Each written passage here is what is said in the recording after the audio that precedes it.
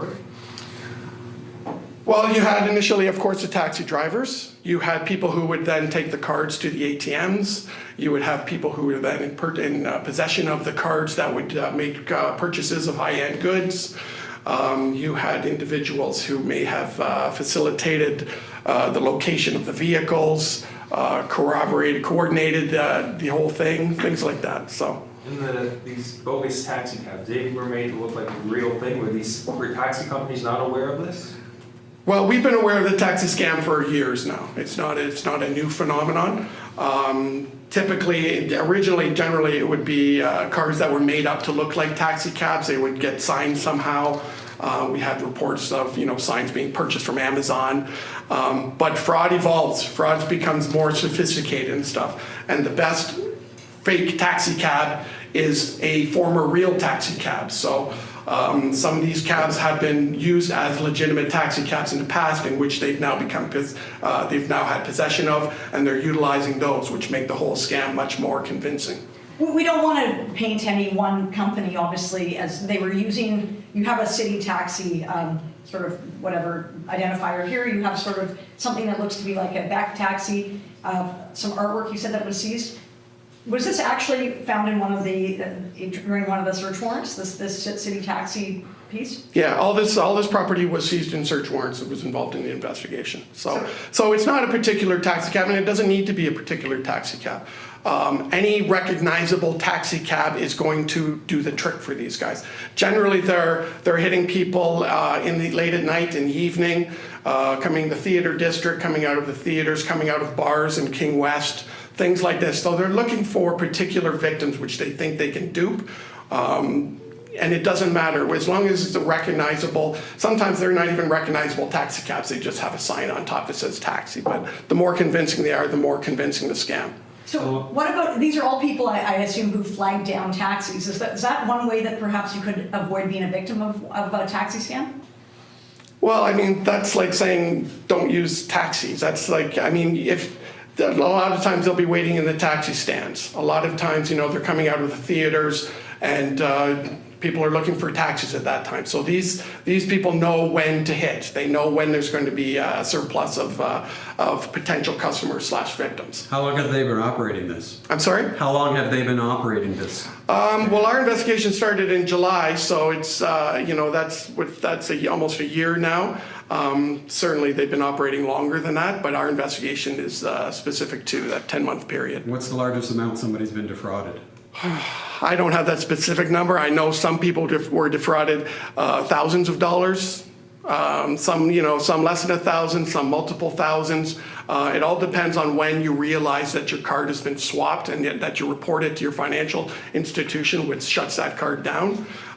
So purchases made on credit cards obtained, bank accounts drained using the PIN in the ATMs, things like that. It's all very fluid. Isn't there an identifier within a taxi that tells you it's a legitimate taxi? Like, isn't there some kind of license? Certainly, Can you yeah. speak to that? There's lots of identifiers. First of all, it's a recognizable cab with a taxi license plate on the back. It's the license plate. Inside the cab, there'll be an ID card for the driver. There'll be a point-of-sale machine. There'll be the machine that displays the trip and all that kind of stuff. So there is identifiers. Some of these were more convincing than others, that it had a lot of those characteristics in the cab. And again, when they're looking for vulnerable victims, people who are maybe new to the city, maybe tourists, maybe maybe they've been to clubs and things like that. That's what they're counting on. And again, like fraud, every victim, you may have had 10 people prior to that said, no, I'm not falling for this kind of thing. We don't know that. We don't get those reports. We just get the ones who fall victim for. So how do you protect yourself from this? Well, you recognize the red flags. The biggest red flags in this one was a taxi driver that says, I don't take cash, only debit. And that at some point in time, you're losing control of your debit card. So those two things alone. Every taxi driver, it's bylaws, it's city bylaws, they're mandated, they have to take cash. And even on top of that though, if you never lose control of your card, if you say, give me the machine, I'll put it in, it's not working, can you explain why? Yeah, give me the card and the machine? No, I'm not giving you the machine unless I'm taking my card out first. So maintain control of your card is a big thing. And recognize that all taxi cabs, as soon as they say, we don't take cash, get out of the taxi cab, because that's not a legitimate taxi cab. 2 more questions. Are you, all these luxury goods, were the suspects, in your opinion, do you allege they were using them for their own enjoyment, or were they selling? I am not aware. Probably both. I mean, it was found in locations that was subject to the legitimate search warrants. It was found in their homes. It was found in their addresses. I'm sure there's an element of resale to it, but I'm sure there's also an element of, wanting to share the bling and show it off and all that kind of stuff. So, What happened? Any of them get any on bail? none were on bail at the time. One male was on conditional house arrest at the time. He's been charged with a breach of that conditional arrest. Most of them didn't have criminal records. Some had minor offenses in years past, but none were on bail at the time, other than the conditional sentence order of one of the males. Of the suspects you arrested, this is a particular question. Is one of them the ringleader of this? And secondly, the woman of interest. Can you talk about what you think her role may be? Sure. One single solitary ringleader? No, I'm not able to say that. Certainly some of them had greater roles than others, and some had much lesser roles than others. In terms of the female, she was just accompanied with one of the males while he was at an ATM. So, I mean, one of the benefits of an investigation like this is everything is photographed. They use ATMs, we have their pictures. A lot of the department stores will have their pictures. The female was with one of the males who we were looking for, so we obviously assume that she knows who he is. She's not wanted, she's not suspect.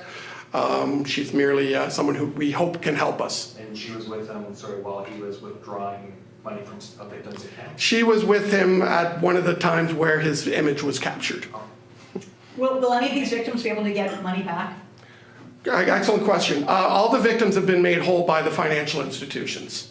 Which is why we know there's more victims out there, because a lot of the victims just reported to their banks, and the banks are making them whole. So the victims, the actual victims of this offense, are the financial institutions. All of the 5 banks are victimized because they've made the individual's victims whole, which is why we have fraud over 5,000, because it put it together and it's over 5,000. Lastly, just if you don't mind, just looking at some of these items here, and if they're like withdrawing thousands of dollars and purchasing Louis Vuitton stuff, I know banks have fraud systems in place. Sometimes if there's a purchase that seems out of the ordinary, I've been contacted firsthand by my bank. Isn't there measures in place to kind of prevent these purchases? Honestly, I don't think so. I mean, if you have a credit card and it has a value on it, and you go into a store and it has enough balance on it, you can purchase what you want, as long as you're paying the credit card back. And at some point in time, the banks may raise questions, but those are questions for the banks. Okay. Thank you very much. Thank you. Thanks, everyone. Okay, thank you all for coming. If you have any information. We've been listening to Toronto police update the media in regards to a taxi scam investigation. The investigation was dubbed Project Fair. It's resulted in the arrest of 11 individuals, laid more than 100 charges. Essentially, what was happening is these individuals were posing as taxi drivers, and unsuspecting victims would hand over their credit cards, their debit cards, and essentially get scammed. And apparently 2 people are still outstanding.